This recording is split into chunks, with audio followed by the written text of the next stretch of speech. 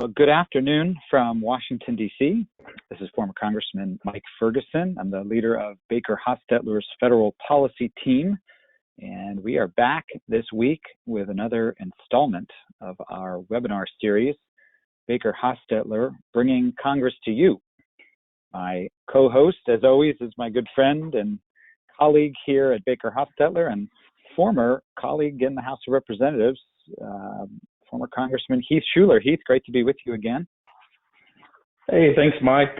What a timely speaker we have today. Just as the House Democrats roll out their proposal for the next phase of pandemic relief legislation, we have the man who runs point on achieving the consensus and driving the policy agenda for the caucus. That's right. We have Congressman Hakeem Jeffries. He's the chairman of the House Democratic Caucus. He's the fifth-ranking Democrat in the leadership in the majority of the House of Representatives. We're thrilled and honored to have him here with us today, and we're going to discuss a number of different things, including the agenda that he's helping to lead forward and how he's helping to navigate, Heath, what is sometimes a broad diversity of viewpoints within the caucus, the Democratic caucus in the House. Yes, the Democrats elected him to this role when they regained the House majority last year, recognized him as one of the brightest young stars of the caucus. Congressman Jeffries was elected to represent the Brooklyn-based district in 2012 after serving 6 years in the New York Assembly. He previously was an attorney in a private practice and worked in the litigation department for Viacom and CBS. And Mike, you and Hakeem both have a public policy master's degree from Georgetown. Yeah, you know, in addition to his leadership role, he puts that deep policy acumen from Georgetown, that degree that we share. He puts that to work on the House Judiciary Committee and the House Budget Committee. And I'm thrilled now to introduce the representative from New York's 8th Congressional District, Chairman Hakeem Jeffries. Hakeem, it's Mike Ferguson and Heath Shuler. Welcome to the Baker Hostetler webinar. We're delighted that you're here. Well, thank you so much for extending this invitation, and good afternoon, everybody. And Mike and Heath, it's great to join you at this particular point in time, and we're so thankful, of course, for the service that both of you provided to the country during your time in the U.S. House of Representatives. You know, we all find ourselves in an extraordinary moment now, a twin crisis, both a public health crisis as well as an economic crisis of extraordinary proportions. That requires a continuing and extraordinary response. And it's been our, perspective that this is an all hands on deck moment, an all of government moment, and an all of country moment as well for us to be able to defeat this COVID-19 pandemic, which we will do because of the strength and resiliency of the American people. But of course, it will not be easy. And it's going to continue to require all of us within the Congress to rise to the occasion, both from the standpoint of articulating and fiercely guarding our values. And that's what we intend to continue to do in the House of Representatives, but also to seek common ground, understanding that we need to continue to proceed to effectively and efficiently and equitably get the job done for the American people by reaching across the aisle, finding the common ground, getting something through the House and the Senate that's strongly bipartisan at the end of the day that can be signed into law by the president. At the moment, there's a bit of a disagreement in terms of the urgency of proceeding. We in the House majority believe that with the unemployment numbers being what they are, and 20 million Americans seeking unemployment in April alone, staggering numbers that are beginning to reflect the dynamics of the Great Depression in the late 20s and early 30s, a pandemic the likes of which we've not seen in at least 100 years, more than 90,000, I believe the number is right now, Americans who have died, so much pain and suffering that we can't let our foot off the gas at this particular point in time, which is why we will be back in town on Friday, passing the HEROES Act, with our focus on making sure that we can drive resources to our states, our towns, counties, villages, tribal communities, and municipalities so that they can continue to provide public service to the people who need it the most at this moment, as well as providing various forms of economic relief directly to the American people through direct payment or unemployment, insurance, food security, support for our students, our colleges and universities, all of which we believe it's necessary for us to do at the moment that we're in. And so I look forward to our exchange throughout the next 45 minutes or so. And as we say in Washington, yield back the balance of my time. Sounds very familiar to Heath and me. Hakeem, appreciate that and really appreciate your service. And I know this is such a busy time in your leadership position in the House, and really appreciate you taking some time with us. It was funny, as I mentioned in our introduction, you and I were at Georgetown getting public policy master's degrees at the same time. We were slightly different years, but I think we had at least one overlap year there when we were studying there in grad school. And I'm sure we interacted back then, and probably had no idea that we'd be chatting here these many years later. But really appreciate your time today. And you talk about the HEROES Act, and we definitely want to talk some more about that. But I know, growing up in northern New Jersey, we of course feel like New Jersey was the center of the universe. And I know our friends on the other side of the river have a slightly different view of that, but certainly, during this pandemic, New York has clearly become the center of the pandemic impact here in the country. And I just wanted to start really locally. How is the city doing at this point? How is your district doing? How are your constituents doing? And how have you been dealing with that very, very difficult impact, in your own communities in New York?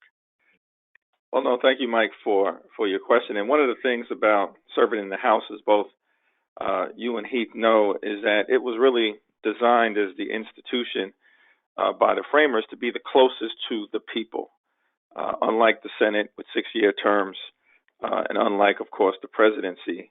The House really was designed as that institution within our framework at the federal level to really reflect the hopes, the dreams, the aspirations, as well as, to channel the pain, the suffering, the experiences, the fears and anxieties of the people that you represent. So I think that's what all of us have been trying to do as we've been spread out across the country. Here in Brooklyn in the 8th Congressional District, it's a resilient community, but a resilient community, of course, that has been hit very hard.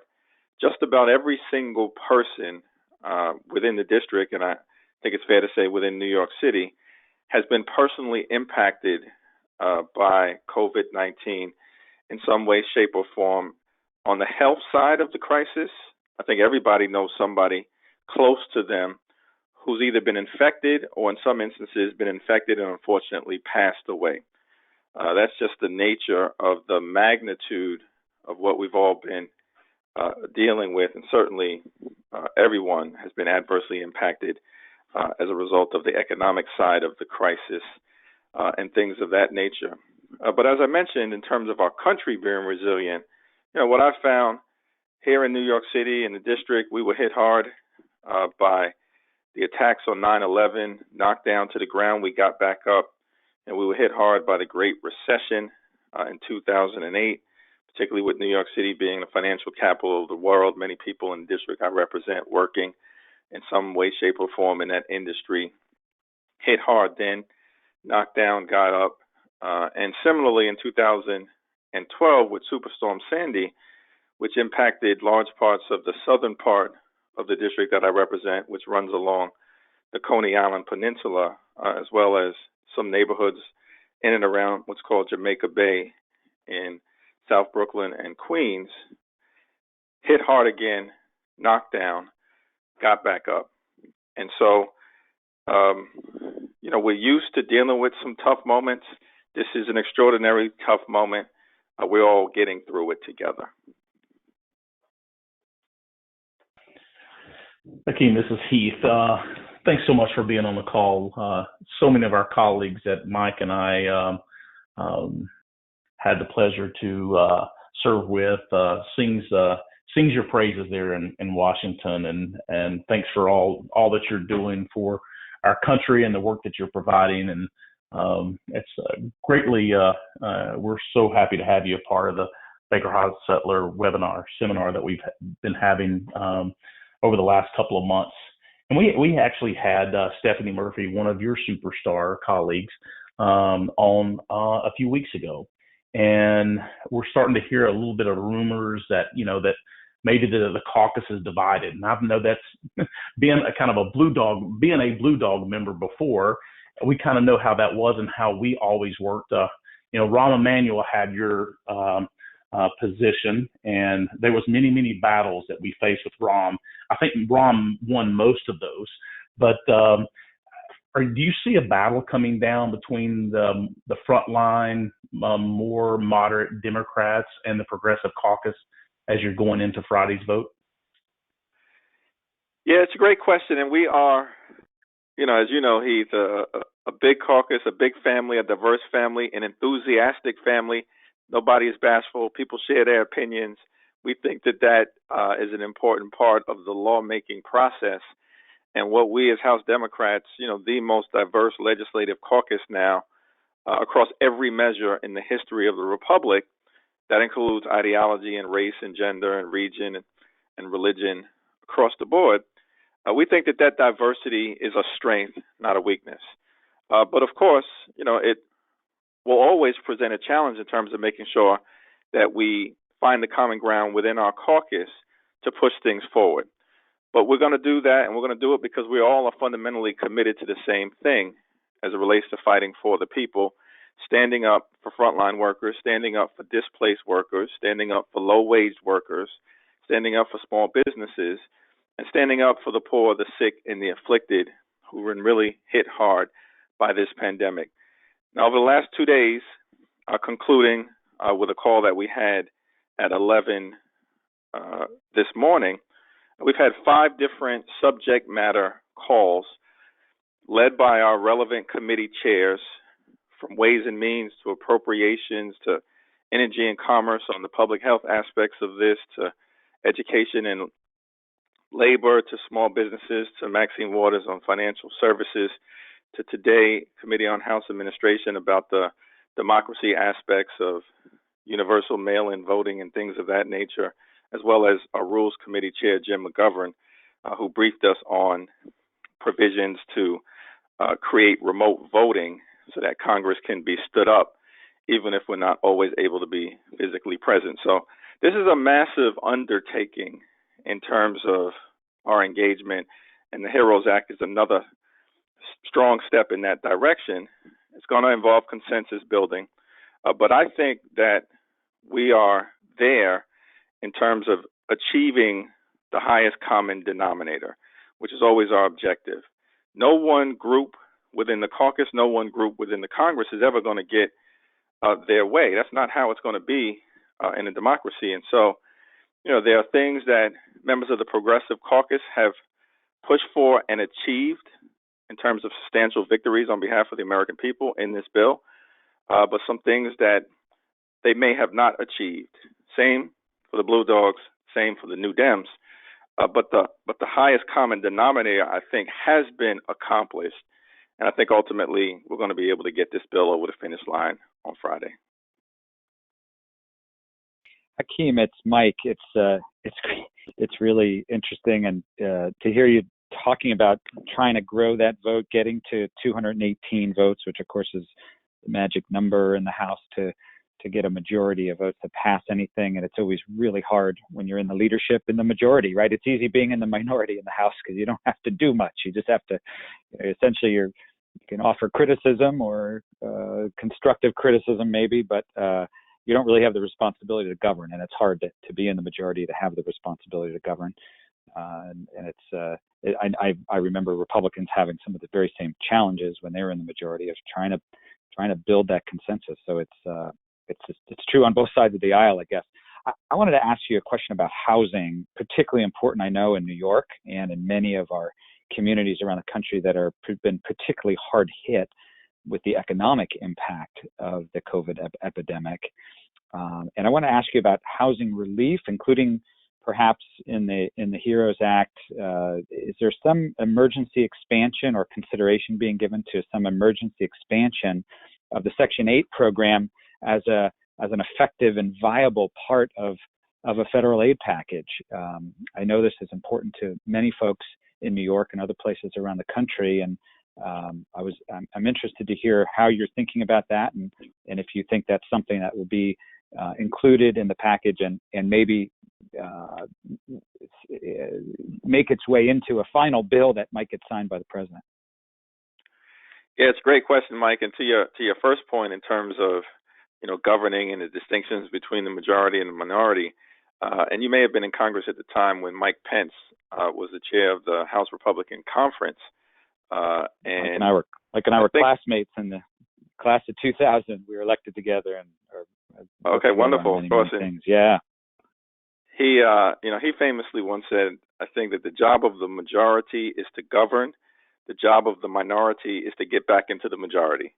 And so, you're absolutely exactly right in terms of sort of what the two roles are, and they invert themselves, obviously, depending on who's in power. But we do want to achieve ultimately a bipartisan consensus as it relates to what needs to happen. And I know my colleagues on the other side of the aisle, both in the House and the Senate, are proceeding in goodwill, good faith. They may just have a difference of opinion in terms of timing, and we think that the moment demands us to move forward with the fierce urgency of now, but ultimately I think we'll be able to work this out.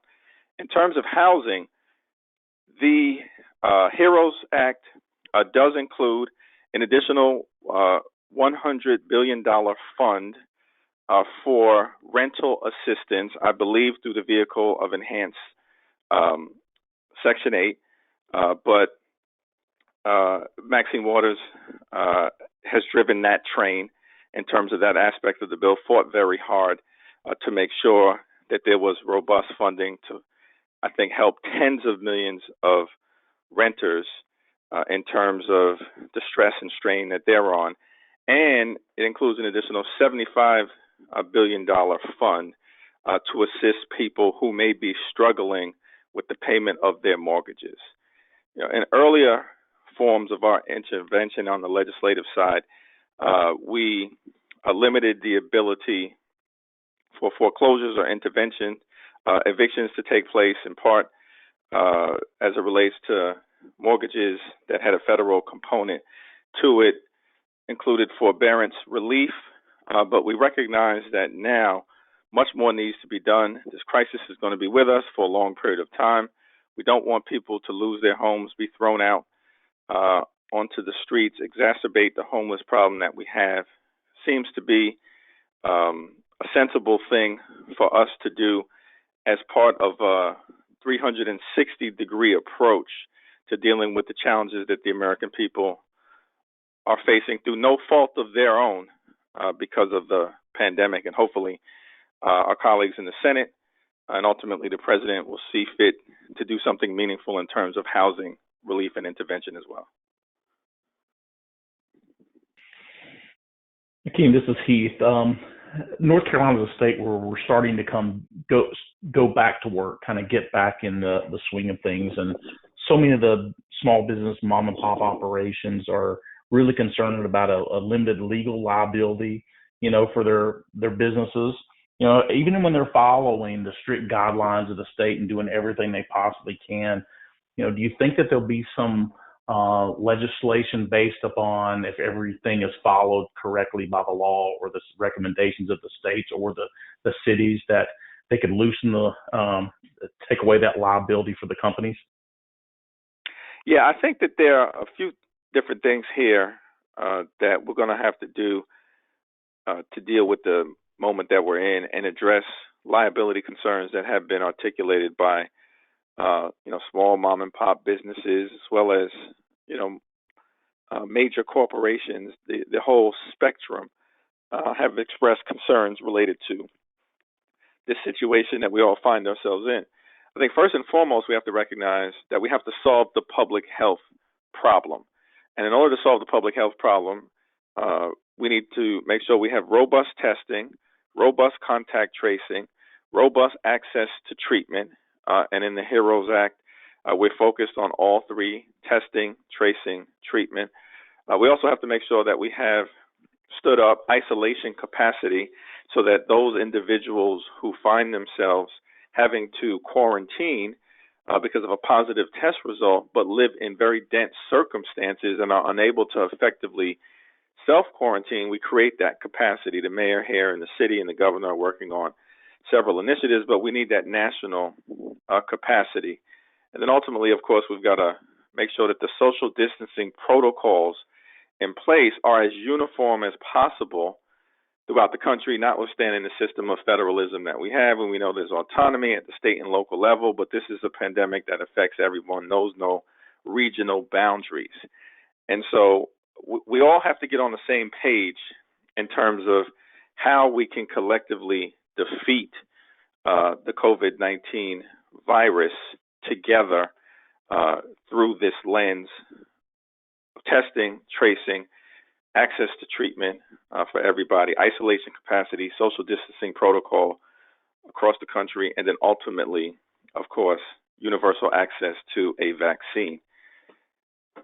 When that's in place, I think it's reasonable for all of us to have a mature conversation about the dynamics of a pandemic, which are obviously, Heath, as you know, an extraordinary event. And for the reasons that have been articulated by you in terms of some of our smaller businesses, concerns that are legitimate about liability exposure. In the aftermath of September 11th, Congress, with the help of both of you, worked on a variety of different things to meet the moment. Of course, there was a terrorism risk insurance program that was stood up, recognizing that entities would otherwise have challenges with insurance in high-risk jurisdictions that were at risk of a terrorist strike, and so we needed to stand up a different program. That was done. The Zadroga Act was passed to make sure that we were providing health care benefits to our first responders who were being sickened because of exposure to toxic gases and things of that nature, and the work that they did on September 11th and thereafter. And then, of course, we stood up the 9/11 Victims Compensation Fund, recognizing that the traditional legal system, the traditional liability system, couldn't handle the volume that came out of 9/11 in terms of pain, suffering, and death. And so the Chairman Nadler of the Judiciary Committee has said that he believes we've got to look at what was done in the aftermath of September 11th and figure out what makes sense to do as a result of this pandemic, recognizing that it's an extraordinary event. I think what Mitch McConnell has suggested is just some form of blanket immunity. Makes no sense because part of the liability system is designed to incentivize safe behavior that protects the health and well-being of the American people, the American worker, the American consumer. And so we don't want to create any disincentive to make sure that our businesses are being as safe as possible. But we also, I think, have to recognize, similar to what happened in 9/11, that this pandemic is an extraordinary event and may require standing up a different system to both provide fair, just compensation to those who have been impacted, but perhaps be open to doing it in a different way than what is traditionally done outside of the context of a pandemic. So Hakeem, seems like, at least what I'm hearing is there might be a little bit of light at the end of that tunnel in terms of a conversation on that particular topic. You know, we've seen in the news reporting, there's sort of red lines of one side wants this and won't back off of that. The other side wants something else and won't back off of that. Sounds like there might be a conversation that could be had on legal liability, and you've talked about that a little bit. And of course, as you mentioned, Mitch McConnell and Kevin McCarthy and others have talked about liability as an important priority for them. President Trump seems to be talking about payroll taxes and maybe other business tax relief. A lot of Republicans are talking about maybe sort of a wait and see approach to see how the massive programs in the CARES Act, how they're working, how's that panning out, what might need to be changed. What is your sense of, first, a timeline of how all these negotiations and back and forth might take place? What is a timeline for maybe passage of a package that would be signed into law? And what are you most optimistic about in terms of elements where there could be real bipartisan agreement? Is there anything out there that you feel like are easier things to do rather than some of these harder things that may require some real tough negotiation? Well, I think from a timeline standpoint, if you look at the COVID 3.5 bill, sort of the interim emergency relief package, that was the most recent bill that was passed, the fourth in a series, but some refer to it as 3.5, is that from the time that Senator McConnell went to the Senate floor and asked for unanimous consent for an additional $250 billion into the Paycheck Protection Program, through ultimate passage of the final product, which was about $484 billion and included $100 billion for hospitals and the public health system and testing, things of that nature, and additional funds for our mom and pop shops and women and minority-owned businesses that he didn't initially think was necessary, but ultimately agreed to. From that first moment where he sought unanimous consent and it was rejected to the moment that the bill was signed into law by President Trump, took about 2 weeks. Now, we, of course, are pushing forward with a $3 trillion bill, substantially more than COVID 3.5, which was largely focused on small businesses, so it could take a little bit more time. But I think this is a matter of weeks, not months, in terms of Congress having to act, with the first step being taken by House Democrats in the HEROES Act in the next few days. There seems to be an emerging bipartisan consensus as to the need for Congress to do something meaningful to help out our towns, our cities, our villages, our counties, localities, and certainly our states.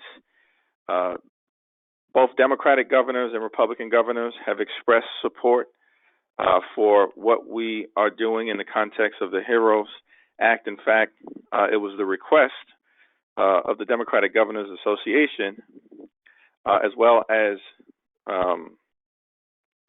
members of the Republican Governors Association, to include a $500 billion fund just for the states. And that's exactly what we've done here. And there have been bipartisan coalitions of mayors and county executives who have expressed public support for the provisions in the HEROES Act that would provide relief to our cities, large ones as well as small ones under 50,000, and our counties as well. So, notwithstanding some of the saber rattling that we've seen coming out of the Senate in terms of these states to just declare bankruptcy, which makes no sense for a variety of reasons and would probably send the economy into a spiral in the wrong direction, which is exactly the opposite of what President Trump wants to see. Understandably, we all want the economy to recover as quickly as possible. I think that that we can achieve consensus there. Of course, Mitch McConnell, who's a master negotiator, from his perspective, will try to extract a price, and he's at least now suggested that blanket immunity is that price that he thinks is necessary. I think that's an irresponsible exchange. We have to look for, we have to evaluate the merits of every single component of our intervention on its own and then see how it works together, as opposed to horse trading. This is not a moment for horse trading. This is a moment for substantial, comprehensive, compelling intervention on behalf of the American people. That said, I do think that the fact that Congress has passed in relatively record time 4 bills, all strongly bipartisan, ultimately signed by the president with substantial negotiation led by Treasury Secretary Mnuchin, that at the end of the day, we're going to arrive at a place where we will be able to pass a strongly bipartisan 5th bill and get it signed into law by the president. Can I just follow up? That's a very, very interesting. Can I follow up on the HEROES Act on the census? We've gotten some questions about the 2020 census, which of course is underway. You have a title in the HEROES Act, a section on the census, because of there's funding issues. There are some statutory deadlines that are being impacted by the pandemic. Are the changes to the census and the provisions in the HEROES Act and the census, are they bipartisan issues as well? How do you see that playing out, and why is that necessary for our listeners?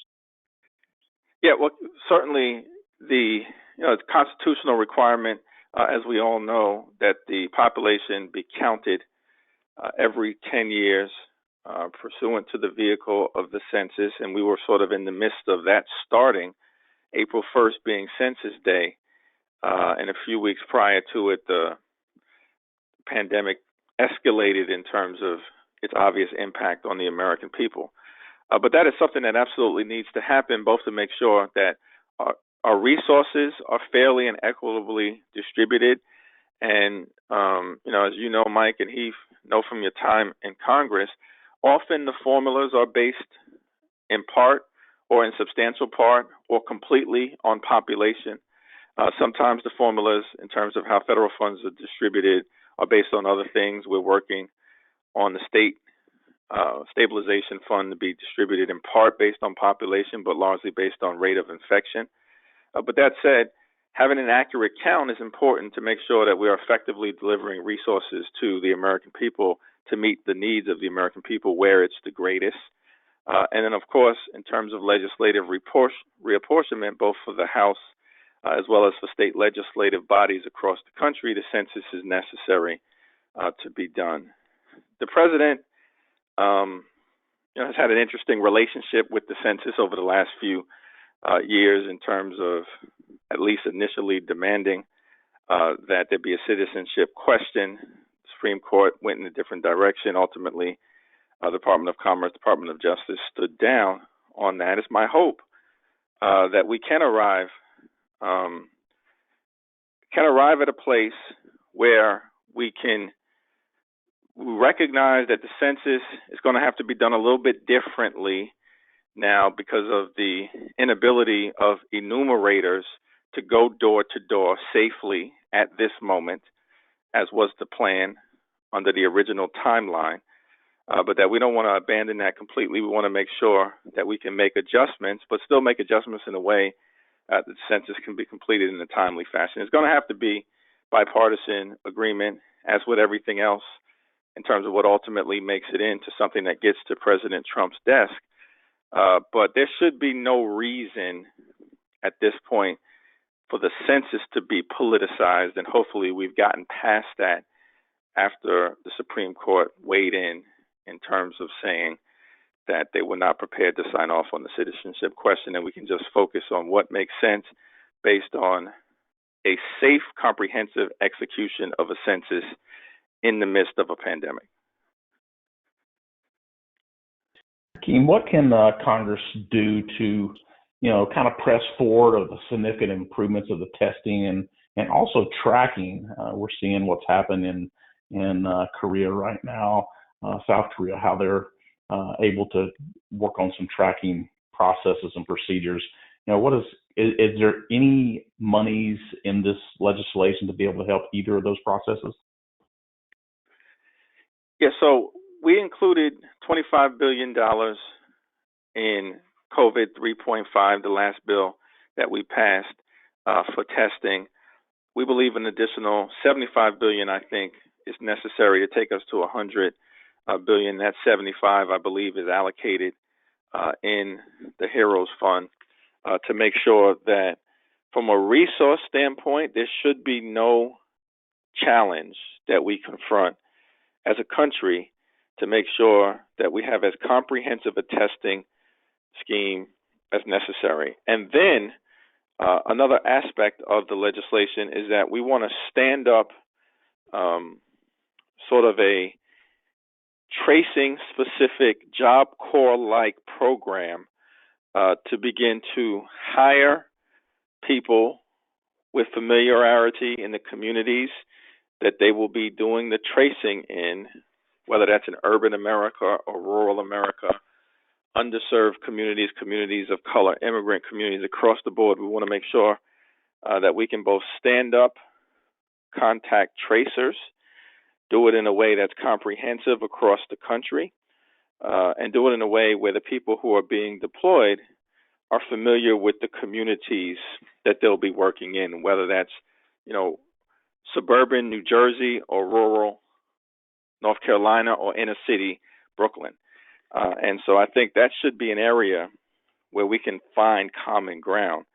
And it's what the data dictates, or the professional public health experts have suggested needs to happen if we're going to find our way out of this.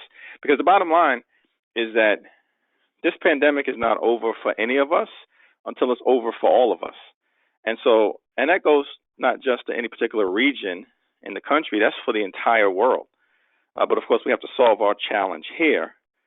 But keeping an eye on the reality that we have to conquer this, as was done with Ebola, before it overwhelms all of us. And so hopefully on the testing and the tracing piece, there really should be no partisan lens through which we look at doing the right thing here. And now that the White House appears to have been impacted at 1600 Pennsylvania Avenue in the West Wing, maybe there's a greater degree of sensitivity as to making sure that we have an appropriate level of testing available for the American people.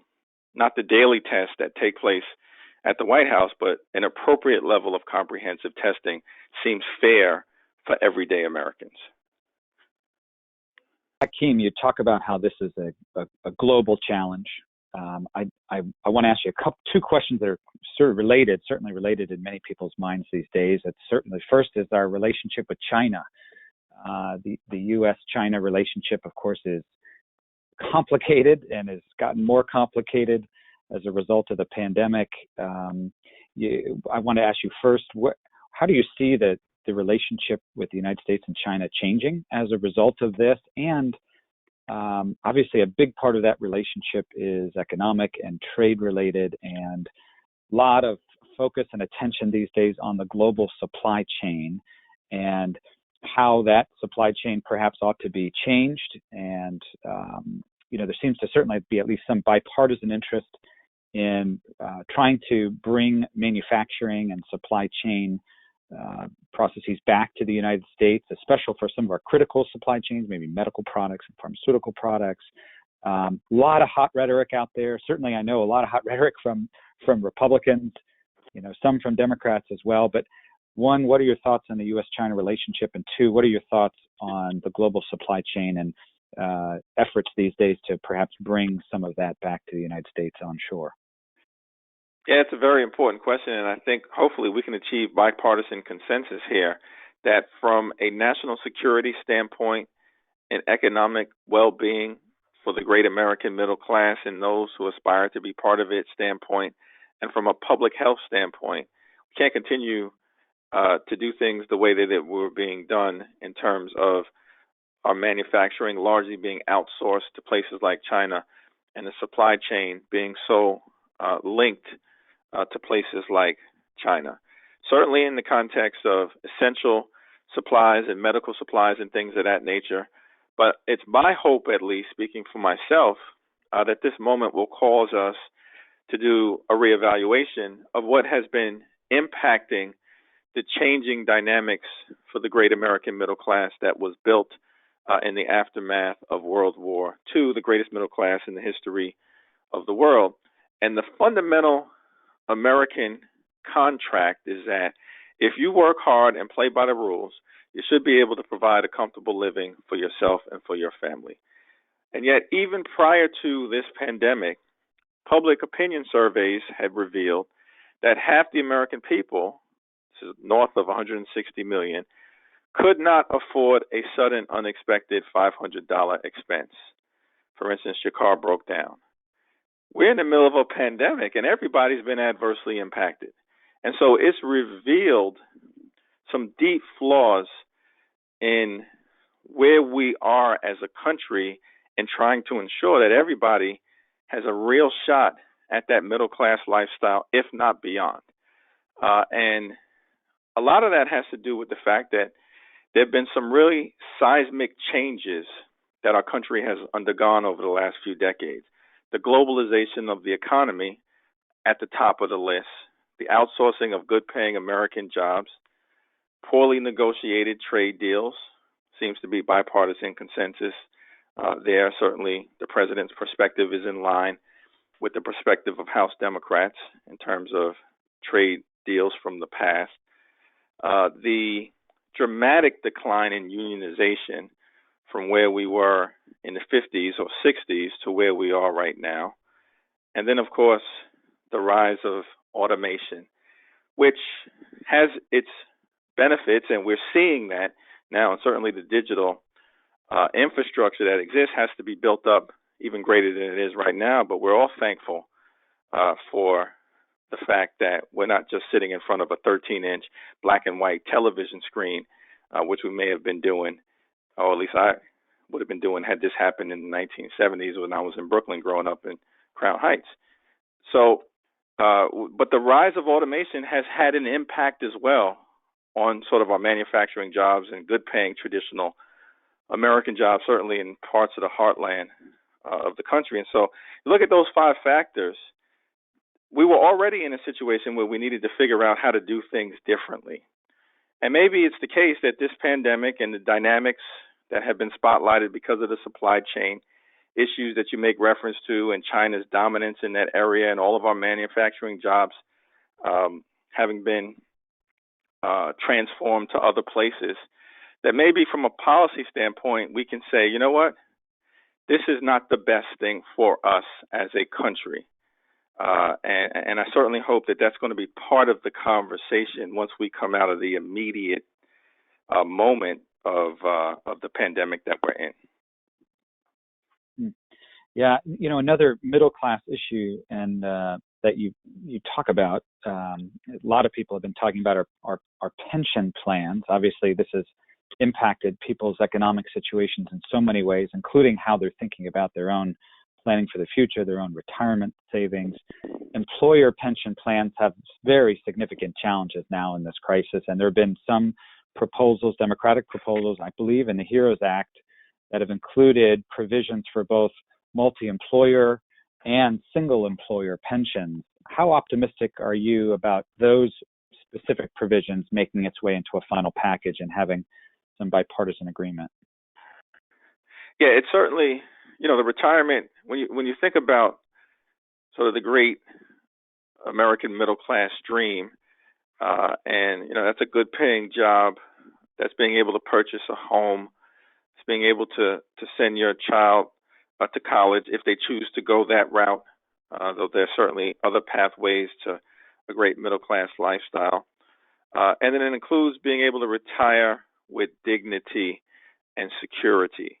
And we know that retirement insecurity has become a very significant issue for a variety of reasons. And we've moved largely from defined benefit plans to defined contribution plans. And, you know, the economics of that are what they are.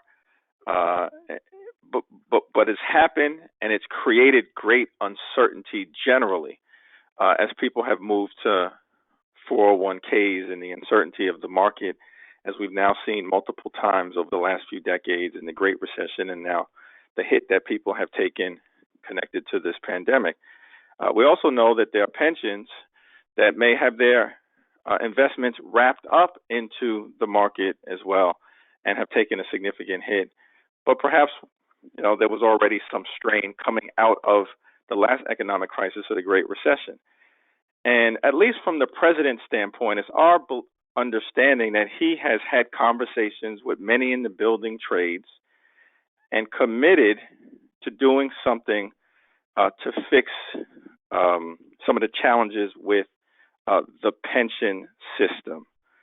And we certainly are committed to doing that. And if we can find common ground with the president, that usually has been the formula for being able to get something done, even if there's resistance or hostility coming from the Senate Republican majority. And, as we were able to do in terms of working with the president on criminal justice reform in 2018, which we were able to get over the finish line, or whether it was in terms of getting the U.S.-Mexico-Canada trade agreement resolved, and notwithstanding the fact that Senator McConnell had a clear problem with it, we were able to work pretty well and closely with the White House and ultimately came to an agreement there that the Senate then took up.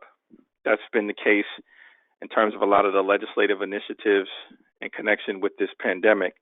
Seems to me that given the possibility that there's alignment between the House Democratic majority and the president on doing something, that we should be able to get a fix over the finish line, and that will be good for large parts of middle class America. Well, Congressman Hakeem Jeffries, you have been a fantastic guest.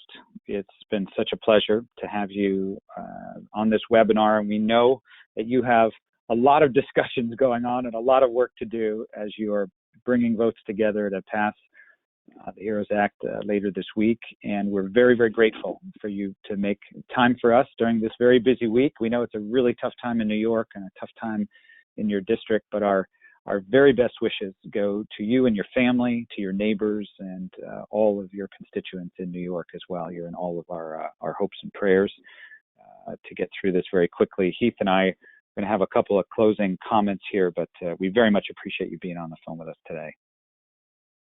Well, thank you so much, Mike, and thank you, Heath. It's a delight to connect with both of you, and certainly with the Baker Hostetler family. It's a great firm, and it's an honor to be able to do it.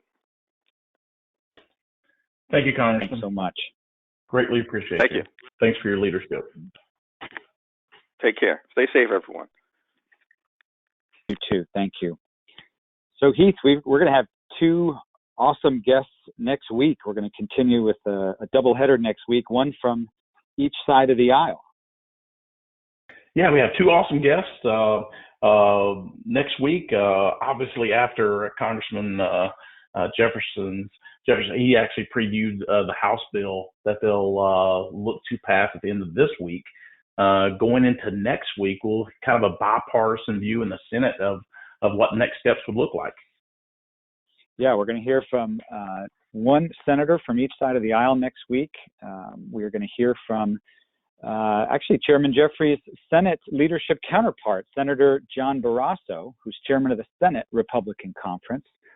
That's going to be on Tuesday next week, May 19th at 4 o'clock. He's known as Wyoming's doctor. He's a physician and in the leadership of the Senate. So I think he'll have some really interesting insights for us about how legislation will be moving forward. We're also going to, very excited, keep a lookout. We're going to have Senator Cory Booker from New Jersey, my home state, on an upcoming webinar as well. So look for those invitations in your email inbox in short order, and we'll look forward to having our audience join us for those two really great webinars next week as well. And Heath, as always, until then, wishing you and your family well. Thanks, Mike. Same to you, and best wishes to all of the audience and the Hostetler family. All right, this is Mike Ferguson again. Thank you, and good afternoon from Washington, D.C.